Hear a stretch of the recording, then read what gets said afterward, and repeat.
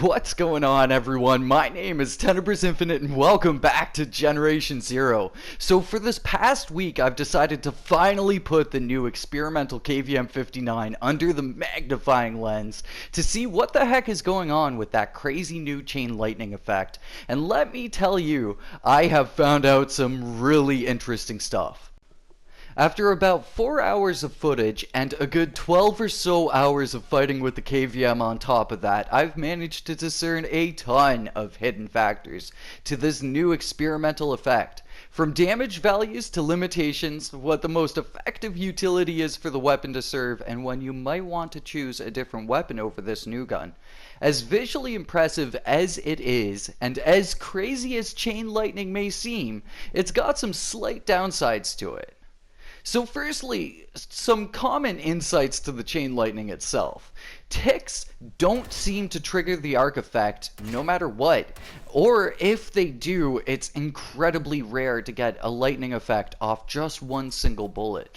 So if you're using the KVM, another thing to think about is that the KVM has an effective distance. So it's always good to think of the distance between the machines in order to ensure the arc will go at the other machines if you want it to. It's also good practice to help keep you from zapping yourself in the process.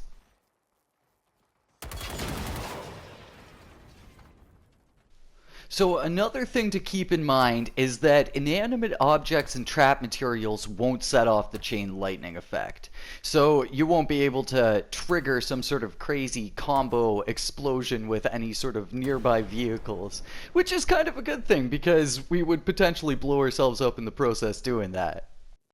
So here we'll take a look at the maximum distance for the chain lightning, which admittedly is a pretty fair distance, I'd say, and kind of keeping that distance in mind when you're fighting machines with the KVM is a good idea, I'd say.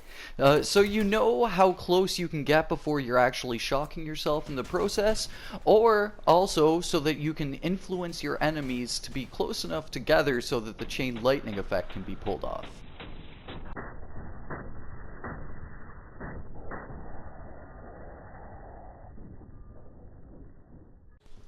Next up, we'll take a look at the maximum amount of arcs that you can have going all at once, which is about 5 arcs at once, but sometimes on the odd occasion you'll only get 4 or 3 arcs, just kinda depending on RNG.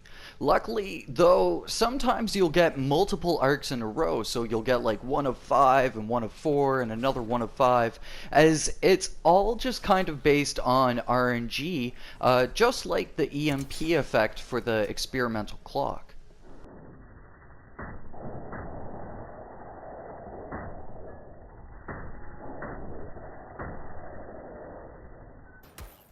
So this makes this weapon absolutely perfect for dealing with tanks and harvesters, because no matter what, the tanks and the harvesters will always be dropping 3 ticks at a time, and sometimes it can be a little bit messy trying to deal with the ticks at the same time as the tank itself. So the KVM is absolutely perfect for those sorts of scenarios. As well, it's really good for when there's a group of hunters around you and maybe 2 or 3 of them are laying ticks at a time, because that can also lead to tons and tons of ticks just kind of battering you.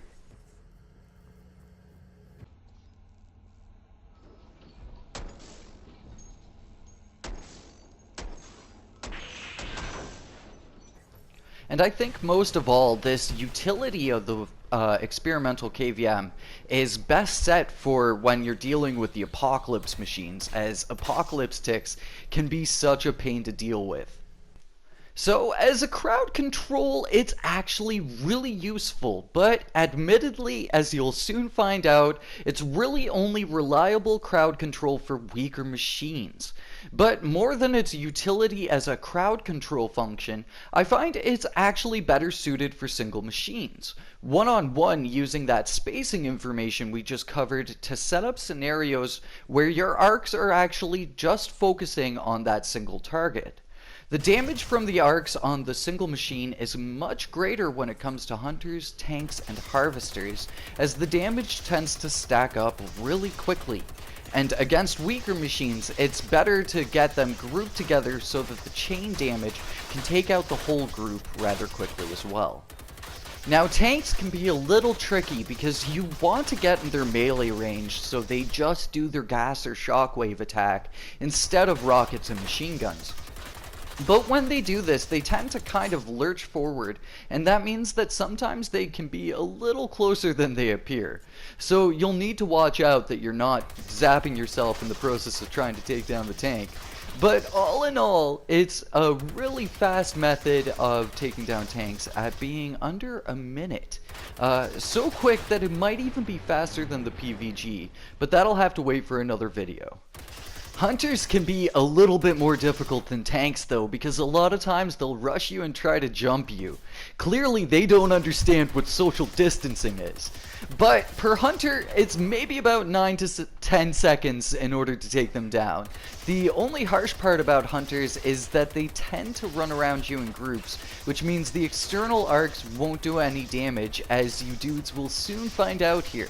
It seems like internal arcs actually do a little bit more damage than the external ones.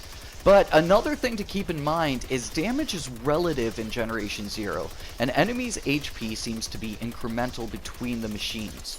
The way I try to visualize it is, say the hunter has 1,000 health points, then the runner has 100, the seeker has 50, and the tech has 5. And say for instance the harvester has about 10,000. But then becoming a rival multiplies it per level. Even at max level rival though, the lightning arcs tend to stack up and make even max level rivals pretty trivial in a one-on-one situation. For runners, the internal damage doesn't mean much because it's usually better to just take them down in one shot. But the arc is really useful for multitasking and taking down a group of them at once, using the damage to either outright kill them in the process or severely injure them. And it's excellent for getting revenge on a seeker that spotted you, as the external arcs tend to one-shot them pretty much every time from what I've seen.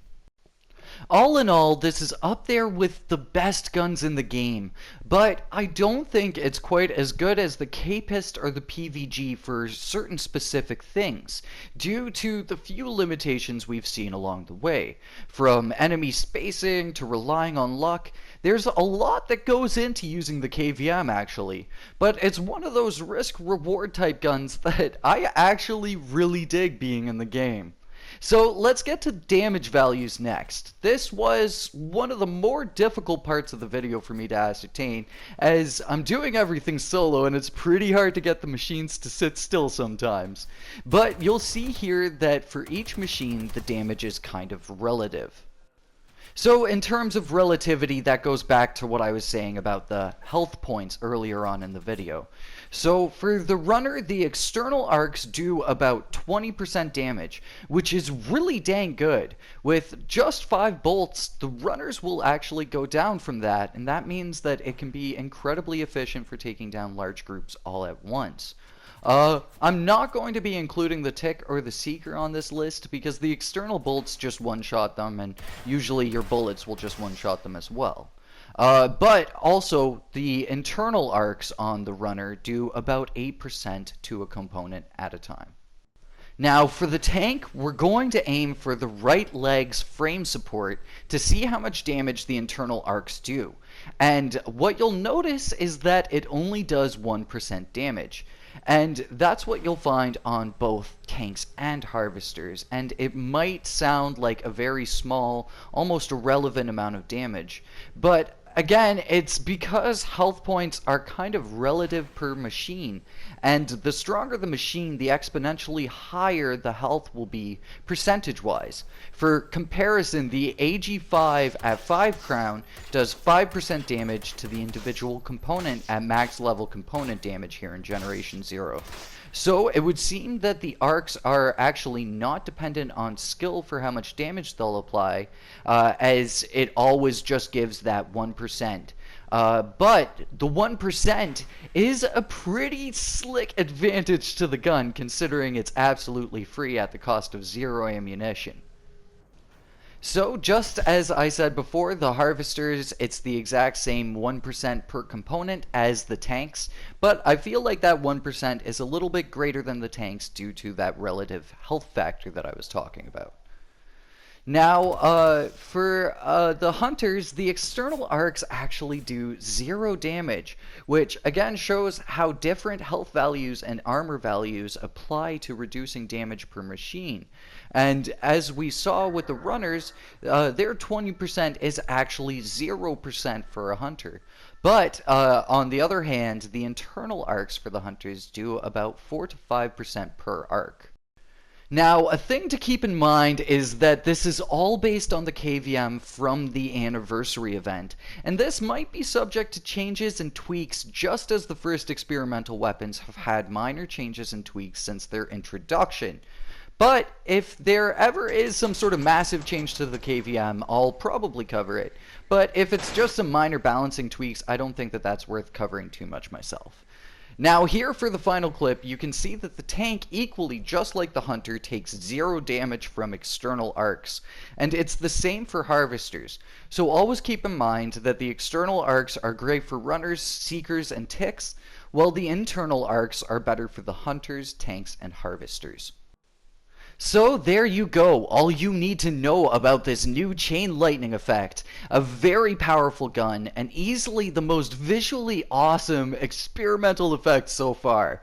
So definitely keep your eyes out for an upcoming vid from my channel, seeing which is better between the experimental KVM or the experimental PVG. I think that I'm going to probably have that done up for next week.